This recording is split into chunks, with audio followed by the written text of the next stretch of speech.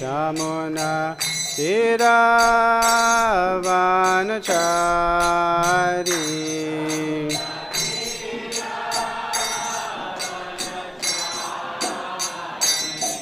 Jai Radha Madhava Kunja Bihari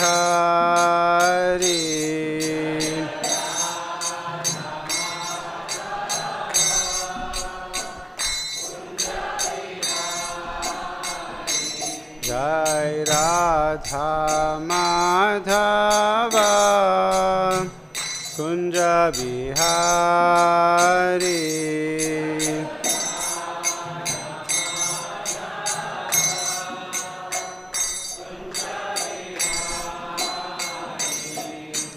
Gopi Jana Vallabha Girivardhari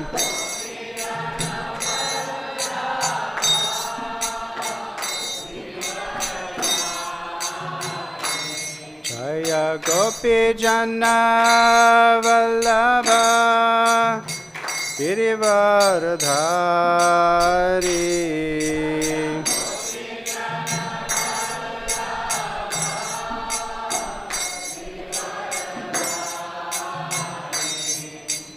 Yashodanandana Brajajanaranjana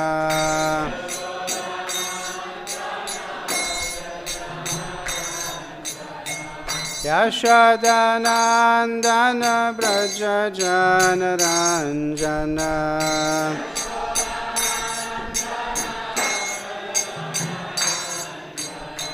Yashodanandana Brajajanaranjana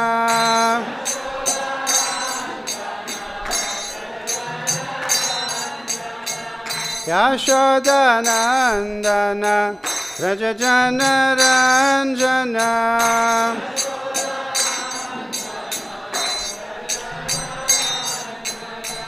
Yashodanandana Brajajanaranjana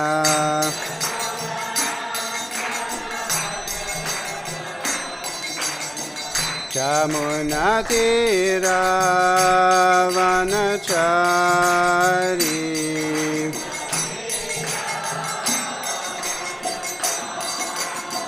Jamuna Tiravanachari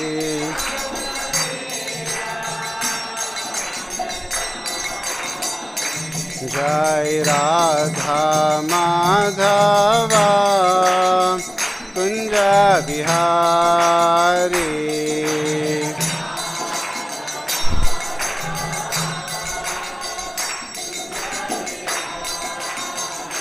Jai Radha Madhava Kunja Bihari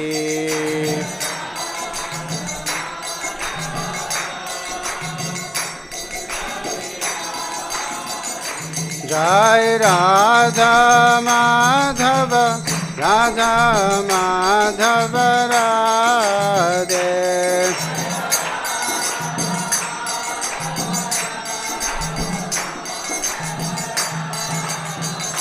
Jaya Panchatattva Panchatattva Panchatattva Jaya Panchatattva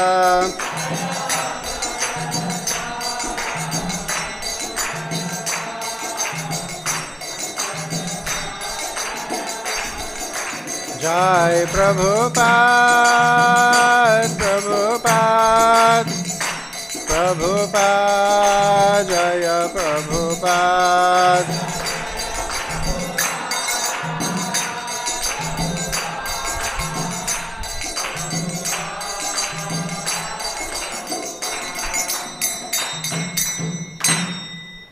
Jai Shri Shri Radha Madhava Mai Bhujanda Sakrivinda ki, Shri Shri Pancharatva ki, Shri Bhagavan Prahlad Maharaj ki, Antaraj Srimad Bhagavatam ki, Samvaitu Bhaktivinoda ki, Gaur Premanande.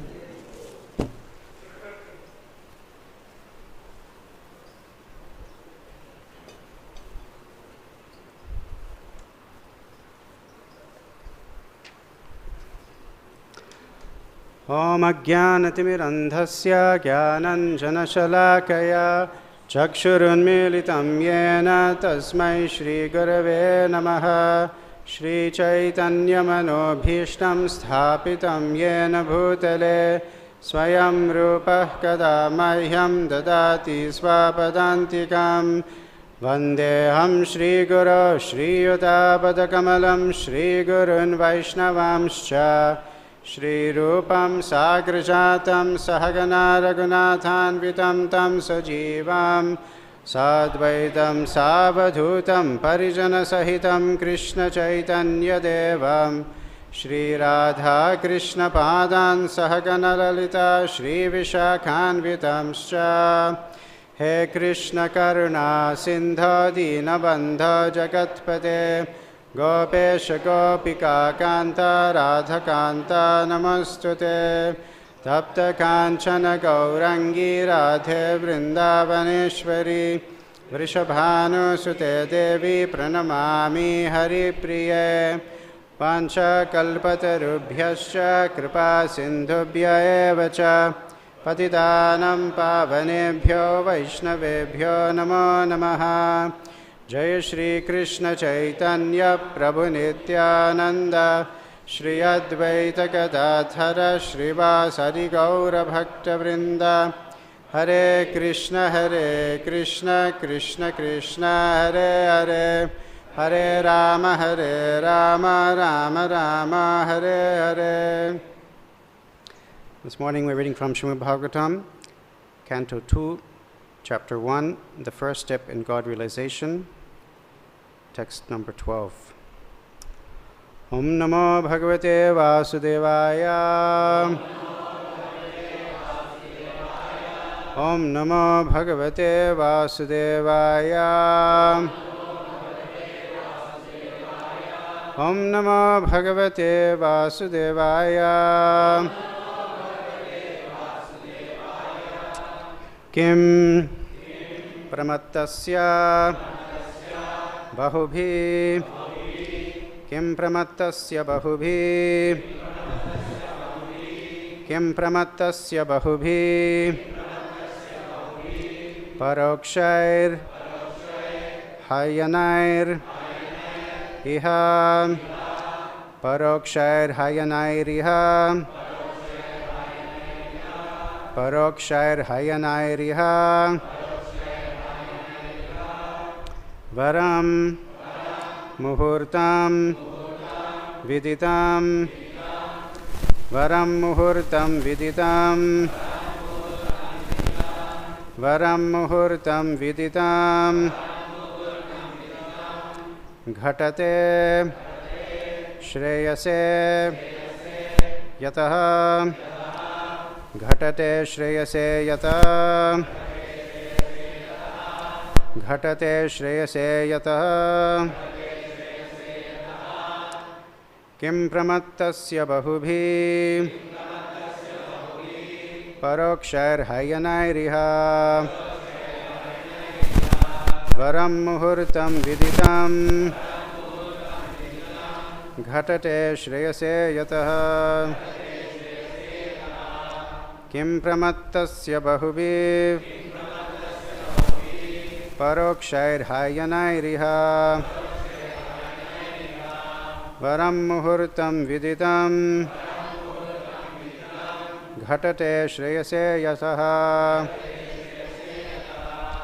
Kim pramattasya bahubhiḥ. Parokṣair hāyanair iha. Varam muhūrtam viditam. Ghaṭate śreyase yataḥ.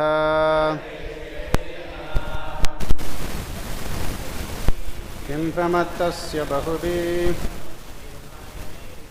Parokṣair varam muhūrtam viditam. Ghaṭate śreyase yataḥ.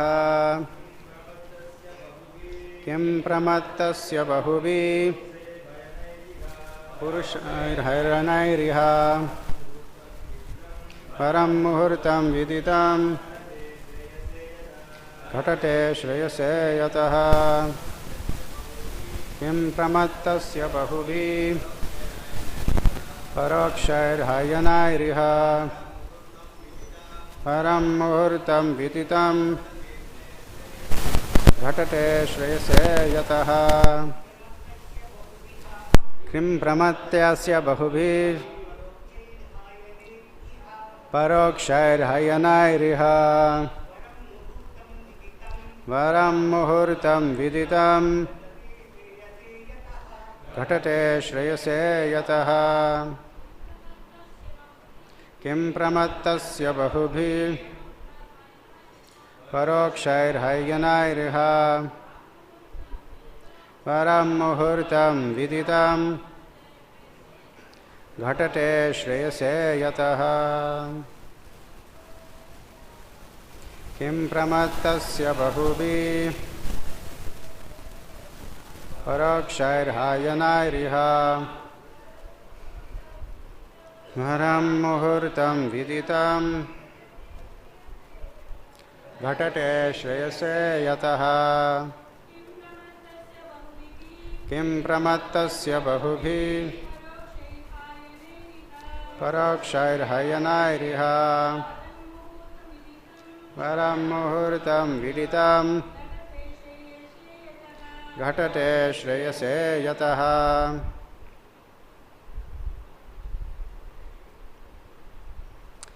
Kim, what is? Pramattasya, of the bewildered. Bahubhiḥ, by many. Parokṣaih, inexperienced. Hāyanair, years. Iha, in this world. Varam, better. Muhūrtam, a moment. Viditam, conscious. Ghaṭate, one can try for.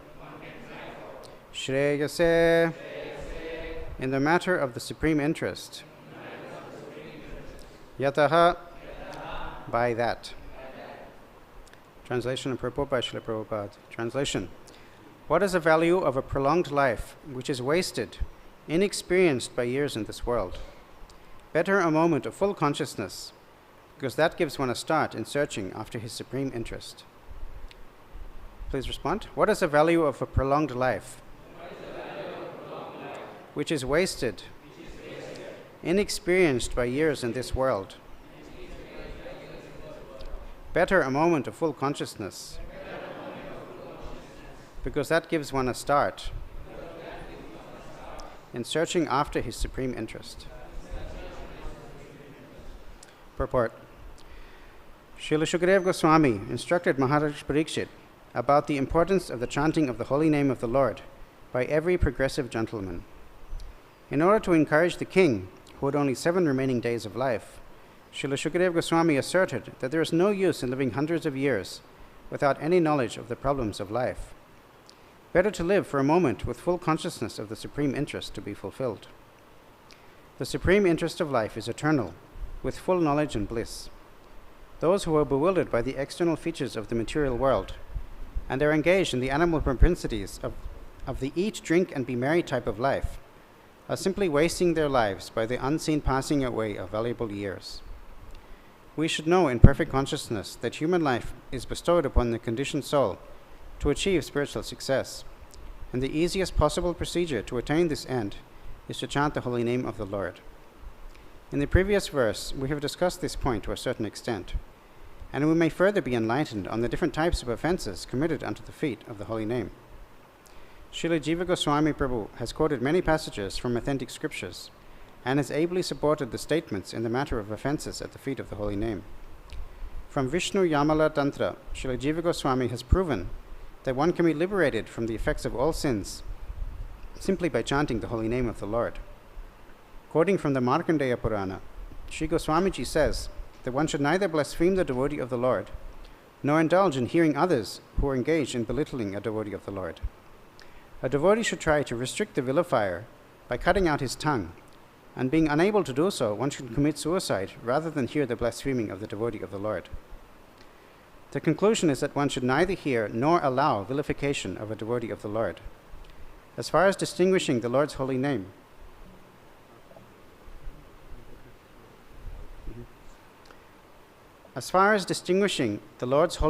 from the names of the demigods, the revealed scriptures disclose, Bhagavad Gita 10:41, that all extraordinarily powerful beings are but parts and parcels of the supreme energetic Lord Krishna.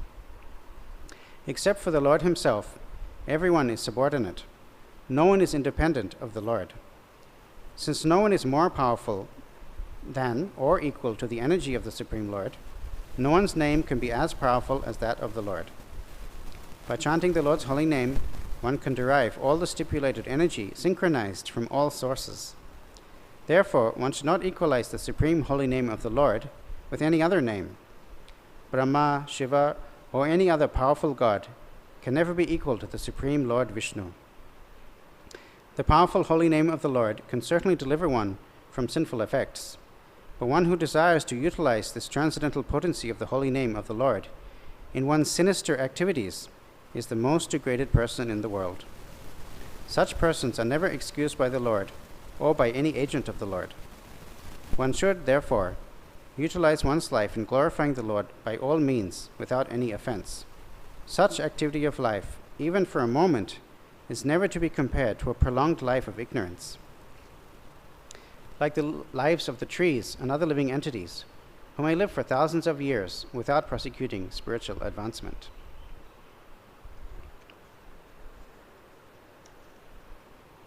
Kim pramattasya bahubhiḥ parokṣair hāyanair varam muhūrtam viditaṁ ghaṭate śreyase yataḥ.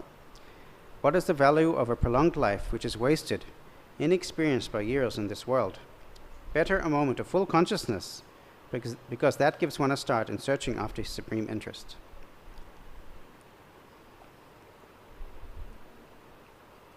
Srimad Bhagavatam, Canto 2, Chapter 1, the first step in God realization, Text 12.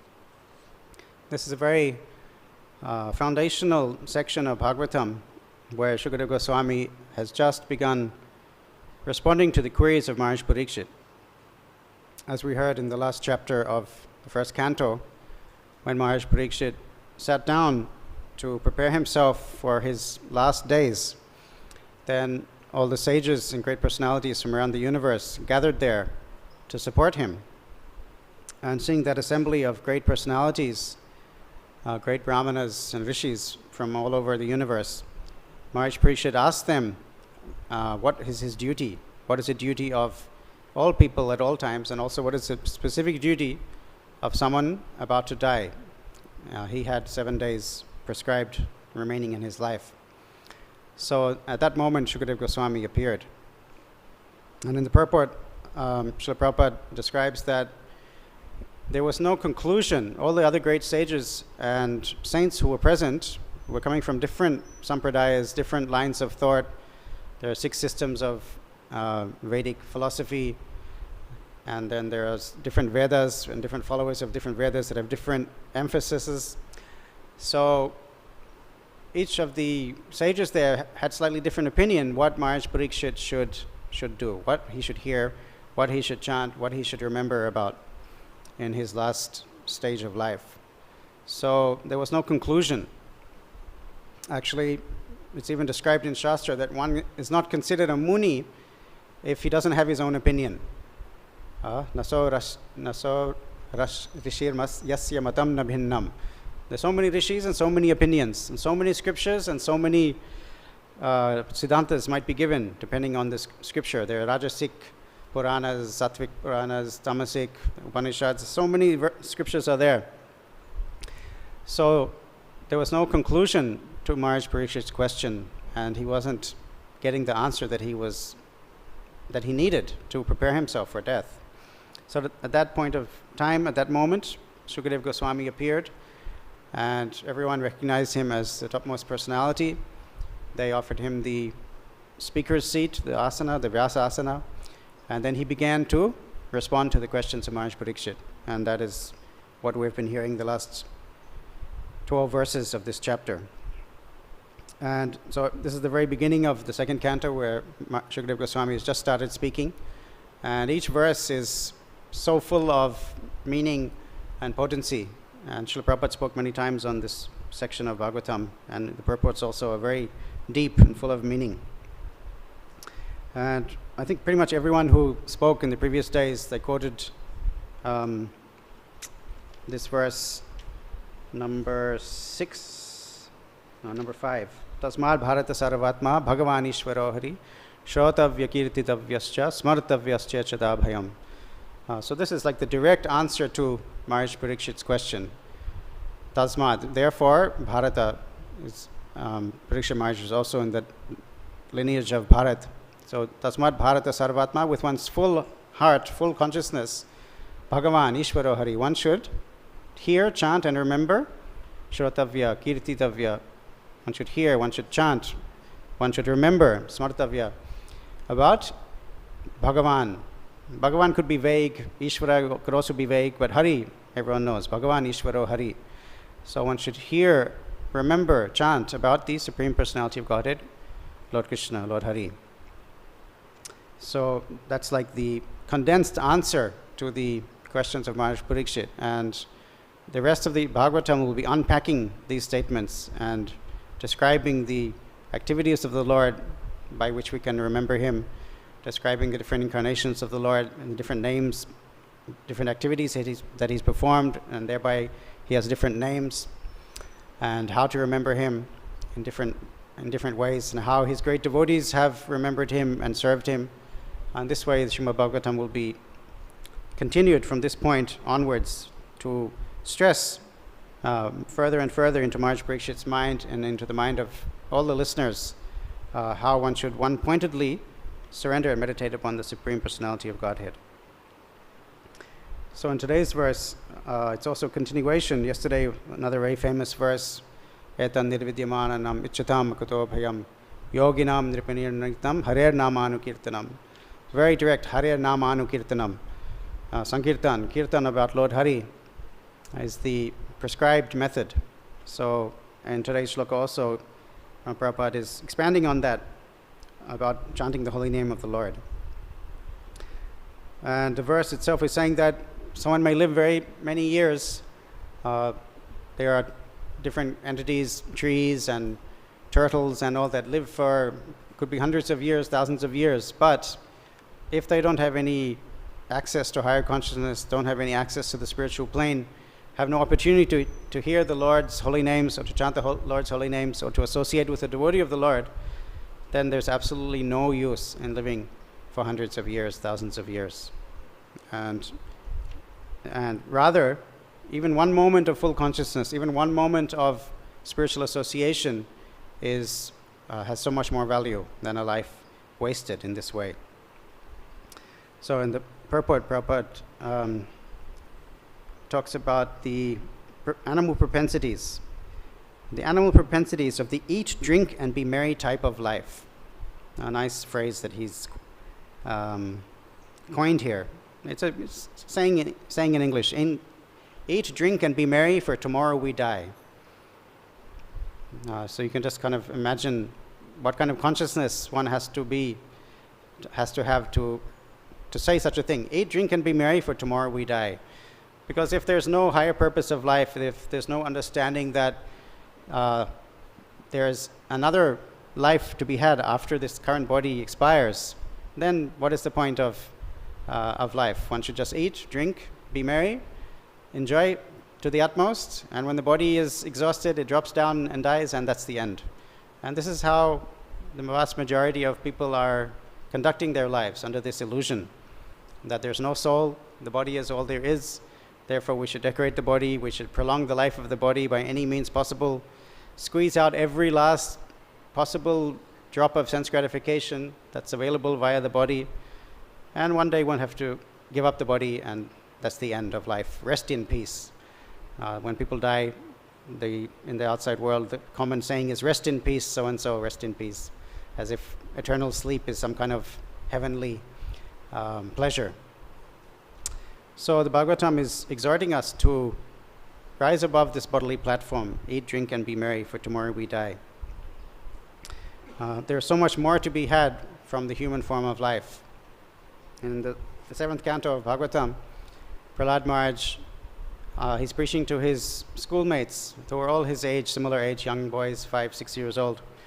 And he's telling them that the life in this world is very temporary and it gets wasted in so many ways. Generally, people think that when you're young, you should study, enjoy, then you work. And if there's any place for spiritual advancement, for thinking about God, that should be done at the end of life.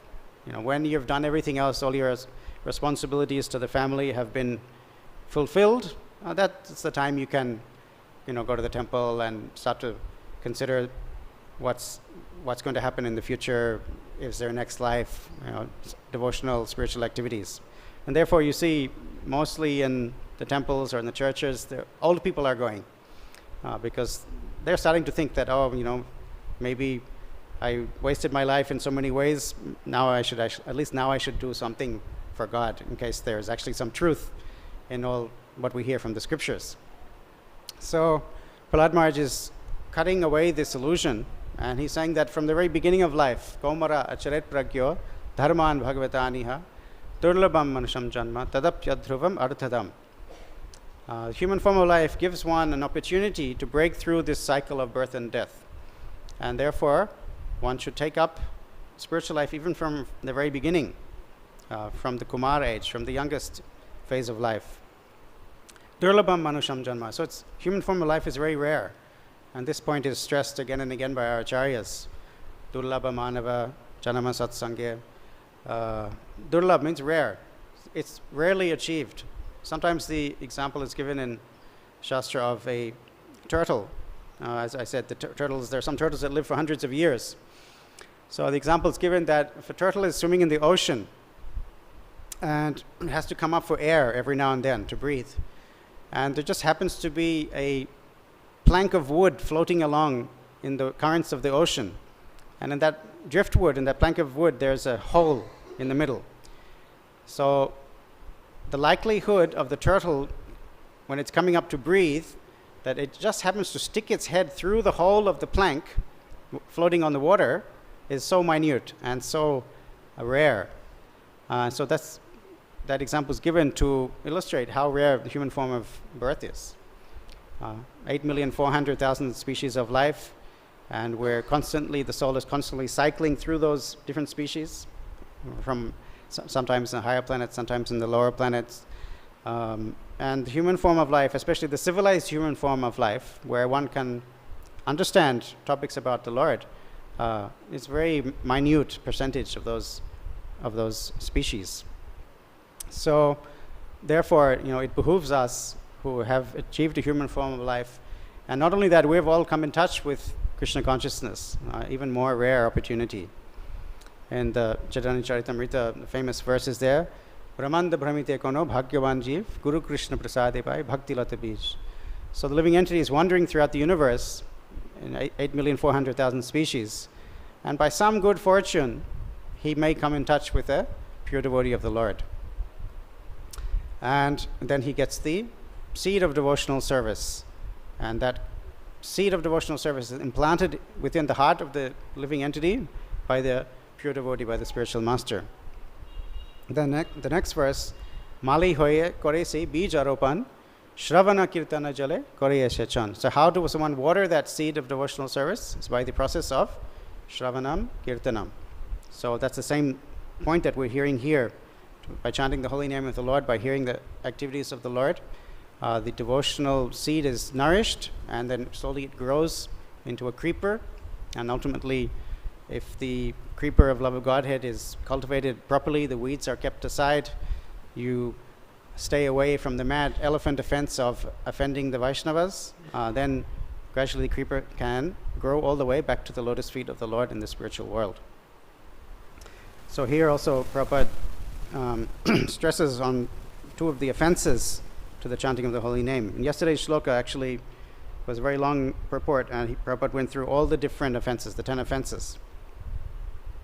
In many temples in ISKCON, after Mangalarti, they chant the 10 offenses, recite the 10 offenses to the holy name before chanting japa. Of course, in Mayapur, somehow the announcements are so long that That's not done. In fact, we used to have Shikshashtakam also after Mangalarti, but that also has been discontinued in recent years.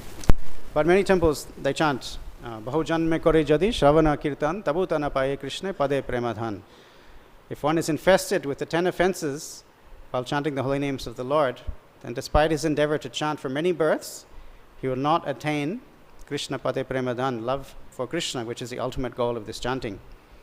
So actually it's a good reminder to meditate on this verse, because generally we take everything for granted. We take the Mahamantra for granted. We take the association of devotees for granted. Therefore, we are often quick to criticize Vaishnavas, whereas the Shastra, this purport also warns us against that, to blaspheme the devotees of the Lord, to criticize the devotees of the Lord, even to think badly of the devotees of the Lord. These are all very hurtful tendencies that can uproot our devotional creeper. So Prabhupada talks about that in this purport. The two offenses particularly that he talks about, one is the blaspheming the devotee of the Lord, which is the first offense, and hearing the blasphemy of a devotee, which is also just as bad. In fact, Prabhupada writes here such very strong words that if one is hearing someone indulging in blasphemy of a Vaishnava, then he should cut out the tongue of that person. It's a very strong statement. It's not something you can really say in public or even do it. This is the kind of thing that the Muslims, they get criticized for, because if they hear blasphemy of Muhammad or the Quran, you'll be killed, without any discussion. A mob will come and kill the blasphemer. But here also in our Shastras, it's saying that one should take very strong action if one hears blasphemy of the devotee of the Lord. So generally, what should one do? One should leave that place. If one hears criticism of a devotee, we may not be able to cut out the tongue of the offender or commit suicide. We can try to definitely defend the reputation of the devotee who is being criticized, but at the very least, one should refuse to hear that and just walk away. And by that, you're making a statement that I'm not interested in hearing criticism. This is a danger to my devotional creeper, and avoid that blasphemy, avoid that gossip. Unfortunately, it's a very popular pastime. It's very unfortunate that devotees like to discuss such things. If some devotee has some sensual fall down or some difficulty, then we should be supportive and try to help them, rather than make it an item of gossip and spread it around and share news and use that to make ourselves feel better about ourselves, that we're so advanced, we're not falling down like so-and-so has done. So this is not what the Shastra recommends in such a situation.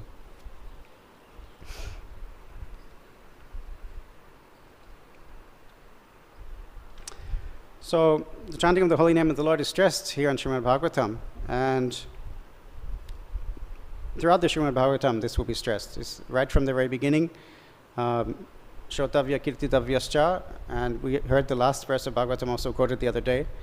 Nama Sankirtanam Yasya Sarva Papa Pranashanam Pranamo Dukkha Shamanas Tam Namami Harim Param. The very last verse of the 12th canto, even after Parīkṣit Maharaj has been consumed by the fire emanating from the poison of the snake bird, very last verse, the conclusion of Bhagavatam, is again, Sankirtanam, the chanting of the holy name of whom, by doing so, chanting the Lord's holy name, Sarva Papa Pranashanam, all sins are eradicated, all distress is eradicated. And we offer obeisances, Tam Namami Harim Param. Again, Hari, Supreme Personality of Godhead, is the object of worship, the object of our obeisances, and whose holy name should be chanted. So of course, we know from Shastra there are different processes for different ages. Kriteya dhyayato Viṣṇum, Tretayam yajato makaya, Dvapare paricharyayam kalotat harikirtanat. So in the Satyuga, the process of meditation is recommended. So just like we know Dhruva Maharaj, when he was advised by his mother to search for Lord Viṣṇu in the forest, he went to meditate and to search out for Lord Viṣṇu. But Narad Muni directed him properly where he should go, how he should do that. And he gave him a mantra to chant also, Om Namo Bhagavate Vasudevaya. So it's not that in the other yugas the holy name is absent. Om Namo Bhagavate Vasudevaya. This was the recommendation that Dhruva Maharaj should meditate on the Lord while chanting the holy name of the Lord, Vasudev. Same with the other yugas. In Treta Yuga, Yajato Makai, performance of grand sacrifices and yagyas. But of course, what does one do in the yagya? One chants mantras, one chants glorification of the Lord. And prayers like Purusha Sukta, which are the prayers of the demigods at the beginning of creation to Lord Viṣṇu. Swaha, when you chant Swaha, idam Krishnaya, idam namama, this is for the Lord, idam Vishnave, idam namama, this is not for me. So again, the holy name of the Lord is present even as a very prominently a part of the mantras used in the yagyas. What to speak of in deity worship, Dvapare Paricharyayam, the process was deity worship. When we're worshipping the deity, there's so many prayers, so many stutis, so many mantras that are offered, that are chanted every day as part of the worship of the deity. So those prayers are also full of the Lord's holy names. There are also various kinds of kirtan, these mantras that we offer while worshipping the deity. So in Kali Yuga, the other aspects are secondary. The meditation, the performance of yagyas, or even worshipping the deity. And prime stress is given to the holy name of the Lord, chanting of the holy name. And because Kali Yuga, we are all living in this age, we don't have a long lifetime like in the previous ages. It's not possible for us to meditate for thousands of years upon the Lord. The process has been simplified by the grace of Chaitanya Mahaprabhu. Everything else has been stripped away or made secondary, and simply chanting the holy name of the Lord without offense is the recommended method by the great mercy of the Lord. We don't have to go to the forest. We don't have to collect golden paraphernalia for sacrifices. We can simply chant Hare Krishna, get the same benefit as was ever achieved by any of the great personalities in the previous ages who attained the lotus feet of the Lord via their respective processes. So therefore, so much stress is given here to the chanting of the holy name of the Lord. And of course, as I said, we often take it for granted and we chant the holy name inattentively or without being careful to avoid the offenses. And therefore, it may be many births like that. The verse warns us, Tabutana paye Krishna pate premadan, bahujanma kori jati shavana kirtan. If one doesn't avoid the offenses, if one chants impurely, it may take many lifetimes to actually get the result. So therefore, we're reminded here by Srila Prabhupada in yesterday's purport, today's purport, to guard against these offenses. And the second offense that Prabhupada stresses here was the namno baladyasya hi papa buddhi, that to commit sinful activities on the strength of the holy name. That if one thinks that I can commit whatever sins I want and the holy name can destroy more sins that one is able to commit, so let me sin, chant the Lord's holy name, and then continue sinning. So this is a great offense against the holy name. And Prabhupada says here that such persons are never excused by the Lord or by any agent of the Lord. Quite a heavy, strong statement. So he also stresses that other names of demigods, even Lord Brahma, Lord Shiva, chanting those names does not give the same result as chanting the name of Lord Viṣṇu. The powerful holy name of the Lord can deliver one from sinful effects. One should never equalize the supreme holy name of the Lord with any other name. Brahma, Shiva, or any other powerful god can never be equal to the Supreme Lord Viṣṇu. So this is very properly backed up by Shastra. Yastu Narayanam Devam Brahma Rudra Dridaivita Samatvena Iva Viksheta Sapashandi Bhavedruvam. So generally Pashandi is an atheist. If someone's a Pashandi, it means he's an atheist. But this verse is saying that one who thinks that Brahma, Rudra, and other demigods they are on the equal level of Lord Narayan, samattvena, who sees them equally, Brahma, Vishnu, Shiva, Ganesh, Mahesh, Durga, they're all one, all the same. Such a person is considered by Shastra to be a pashandi, to be an atheist.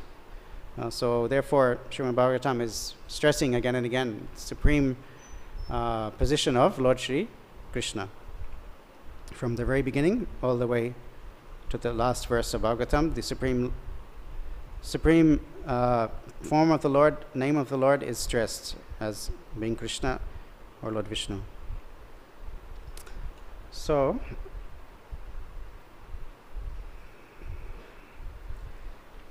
here we have the perfect speaker and the perfect hearer, Mahārāja Parīkṣit and Śukadeva Gosvāmī.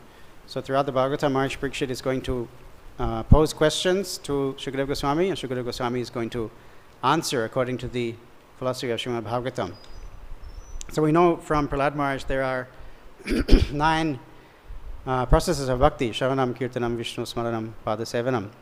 And for each of these processes, there is a corresponding Vaishnava, corresponding devotee, who achieved perfection by each of the 9 processes. So Rupa Goswami has given a very beautiful shloka that gives us the names of the 9 Vaishnavas and the names of the 9 processes that correspond to their method of worshipping the Lord.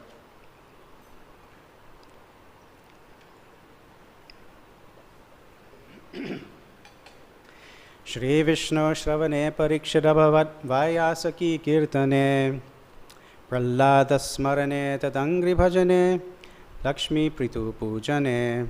Very beautiful verse.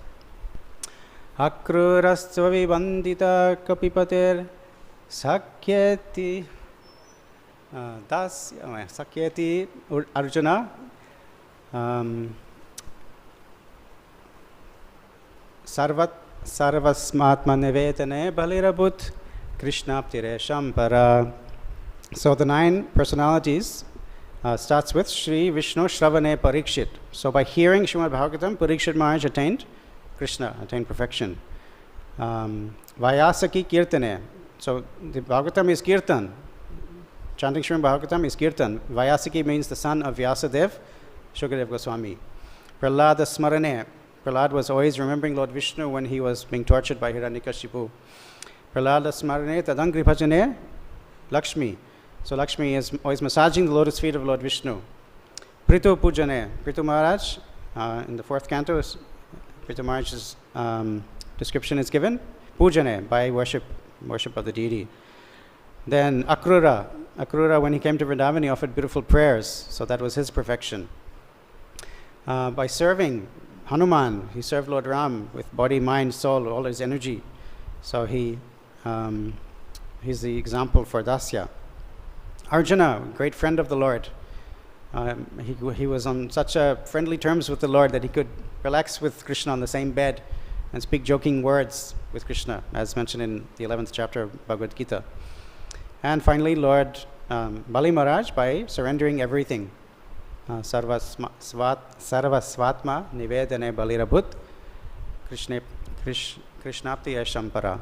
So a very beautiful verse that we can remember each of these 9 personalities and how they attained perfection in Krishna consciousness by following their respective process. And of course, the example is given of Mahārāja Ambarish, who engaged in all of these processes and attained perfection. So, the final point I wanted to stress a little bit was this point of Srila Prabhupada talking about how people waste their lives in the eat, drink, and be merry type of life. And when Prabhupada went to America, he was very moved to see how the old people, the older generation, are wasting their lives. So when Prabhupada would go on his morning walks, he would see the old men in the park sitting playing chess or checkers or some game called shuffleboard. When Prabhupada was in Paris, he saw the old men going to the nightclubs. You know, even though they can't enjoy anything, their bodies are decrepit. Still, their desire to enjoy is so strong that they're paying big money to go and try to enjoy themselves in the nightclub. So Prabhupada would feel great compassion seeing this, people wasting their valuable human form of life right up to the moment of death, not knowing what is the benefit one can achieve by the human form of life, not having any Krishna consciousness. And even in Prabhupada's own life, of course, we know he only started the Krishna consciousness movement when he was already over 70, which is the time when most people are retiring and kicking back and not doing anything. And Prabhupada was the most active in his last years in that sense. Even in Prabhupada's preaching mission, there were times when he thought that, it's so much management, so much headache, I should rather just give up managing and sit down in one place without any disturbance so I can continue to translate Srimad Bhagavatam, because he had desire to complete 12 cantos.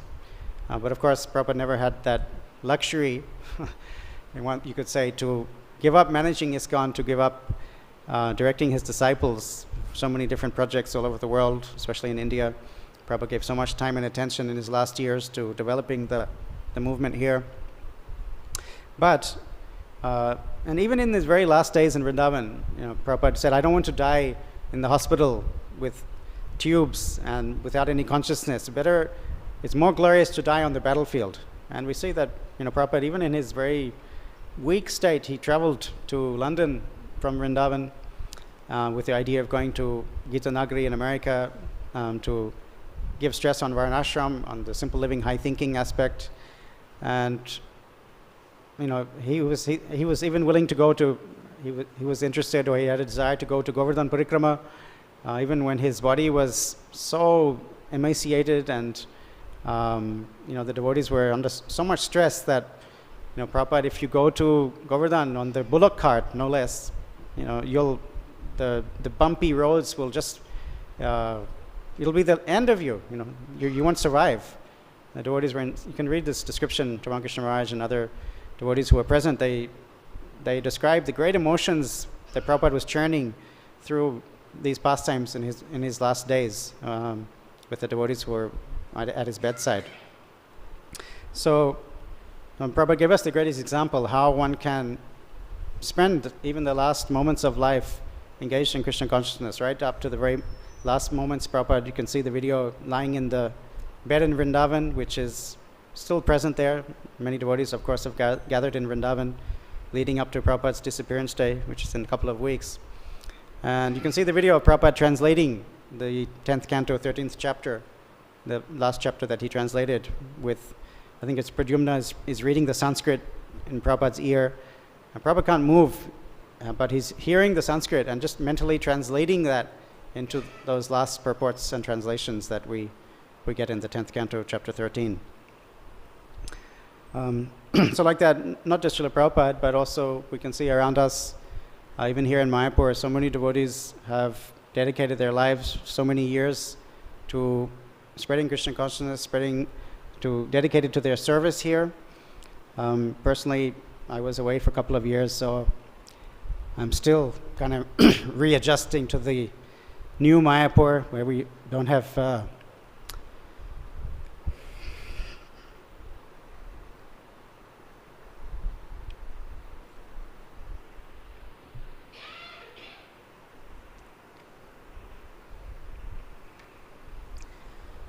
as every day in class we would see Pangjang Prabhu would come and sit here.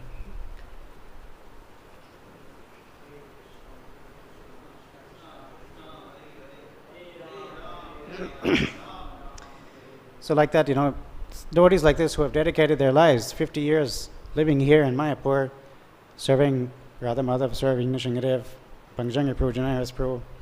The other day I visited Bhakti Charan Samadhi for the first time. So these great devotees who have really shown us the perfect example how to follow Srila Prabhupada. Prabhupada gave the example for all of us, and his disciples are following in his footsteps, showing us how to live our life in Krishna consciousness. Not only Prabhupada's disciples, we say some of the pujaris here, Nitai Balaram Prabhu, who does the Mangalarti. I've seen him doing that arti at least since the late 80s. He was brahmachari, he was doing Mangalarti. He got married, he was continuing doing Mangalarti. He became a parent, he has 2 children, continuing to do the Mangalarti. He is now grandfather, and still his service is so fixed, that every single day, 365 days a year, he is there. Mangalarti, Darshanarti, I think he does the 4 o'clock also.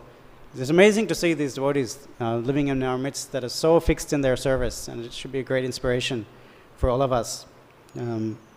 Sometimes if we see there are only certain number of devotees, limited number here in the class. Mayapur has about 6,000 population. Maybe there are about 50 in the Russian class, 30 maybe in Hindi class, a couple of hundred in the Bengali class, 70, 80 here. And there are probably a few thousand devotees who are not attending. And to be honest, I'm sure that if it wasn't for some of our students who are mandated to attend, and they have to sign in and check their name that they're in attendance, punctual, maybe there would be even less devotees here listening to Srimad Bhagavatam. So we should really take advantage of being in the Holy Dham, of associating, having these great examples of devotees in our midst, in our own lifetimes, who are showing such dedication to the process of Krishna consciousness. And like that, if we can follow in the footsteps of Śukadeva Gosvāmī by chanting the glories of the Lord, follow the footsteps of Parīkṣit Maharaj by hearing the glories of the Lord, and follow in the footsteps of all our great sannyasis and leaders of ISKCON and God brothers and God sisters who are setting that example also. One day we can also hope to achieve the highest perfection as described here in the pages of Bhagavatam.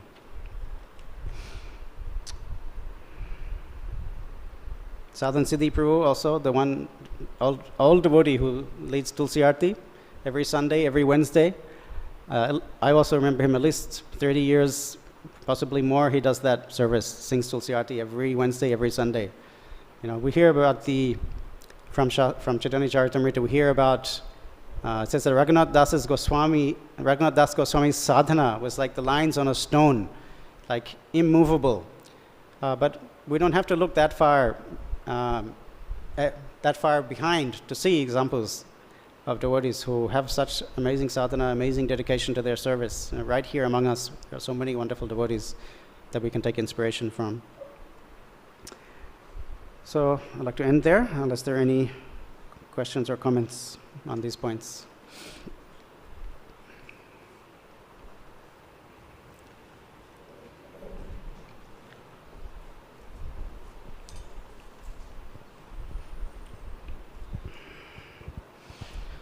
Hare Krishna. Thank you so much, Prabhuji, for this class. This sloka is very important. Here, pramattasya, parokṣair, hāyanair. Parokṣair in Srimad Bhagavad Gita also Krishna says, abhidhi purvakam. One is direct understanding, one is indirect understanding. The parokṣair understanding is indirect understanding to Krishna. And the next line he says, muhūrtaṁ ghaṭate śreyase. If a person is associating with a devotee, then he can understand his shreya. His shreya is understanding Krishna. Otherwise, years together will be keep passing without understanding Krishna. Yes, same point that being stressed in this purport. And tomorrow, the verse is about Maharaj Khatvanga, who had just one moment. In one moment, he perfected himself. But I'll leave that for the speaker tomorrow to elaborate on. Anything else? Prabhuji, just one question. After many years of chanting also, we do not get Krishna Prem. But one sloka in bhajan is there. Harinama aparadhe, tare harinam. If somebody is doing offense to holy name, the holy name only delivers him. More explanation required on this, please. I think we heard this even the other day, no? Prabhu spoke about the jaundice condition, that everything tastes bitter. So the point is, if one's committing offense to the holy name, not that one should give up the holy name, rather one should continue chanting and try to get free from these offenses. So of course, for neophyte devotees, it's simply chanting may not be sufficient, or rather we're not able to chant like Haridas Thakur. Therefore, there are so many other engagements are given to engage our mind, body, and senses in the service of the Lord. And it's a whole package process that we hear, we chant, we perform service. And that way, if we can remain free from the offenses, then yes, eventually we will. And Prabhupada promises that. Actually, it's not mentioned in any Shastra. But many times, especially in letters, Prabhupada would encourage the devotees, saying, if you just stick to the process of Krishna consciousness, you chant 16 rounds every day, follow the 4 regulatory principles, you'll go back to Godhead in one lifetime. There are dozens of times Prabhupada has spoken this. But how will you actually, how can you be so sure? Because that's not mentioned in any Shastra.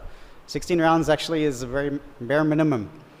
But if Prabhupada has promised it, we can have very firm faith that if Prabhupada has promised that, then Krishna will fulfill his promise. As Krishna himself, he's sometimes not able to fulfill his promise. But if a devotee promises, Krishna will definitely uphold the word of his devotee. But at the same time, there is a quality to that chanting. It's not that one can chant our whole life without any attention while committing all these offenses and expect to get Krishna prema. So therefore, these 10 offenses are given, and therefore we have to chant attentively and chant without offense and engage 24/7 in devotional process, not just while we're doing our 2 hours of japa.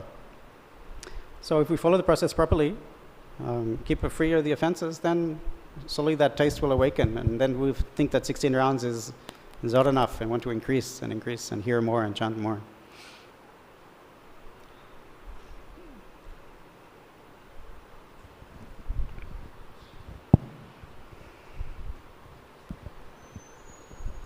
Hare Krishna Prabhu, thank you for the class.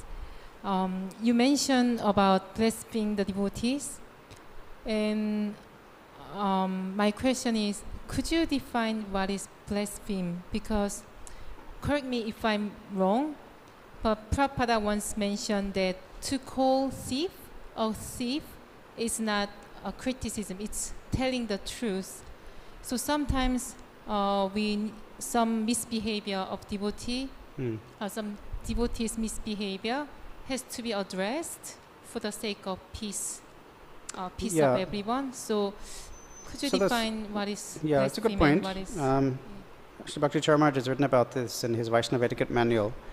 It depends on what your relationship is with the person and what your intention is. So yes, if you see a devotee engaging in some improper activity, then if you have a relationship with that person, or if he's your junior, then you have a right to correct them.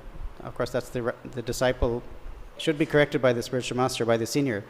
But if it's someone senior to you or someone you don't have a connection with, then you have to consider how to best address this situation.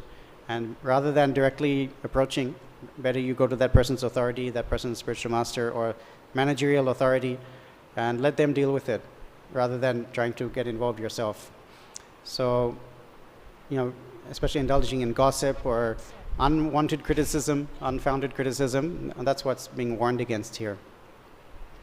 And of course, in Shastra, there are examples of demoniac people who, harass the devotees or blaspheme the devotees, and that's a whole different.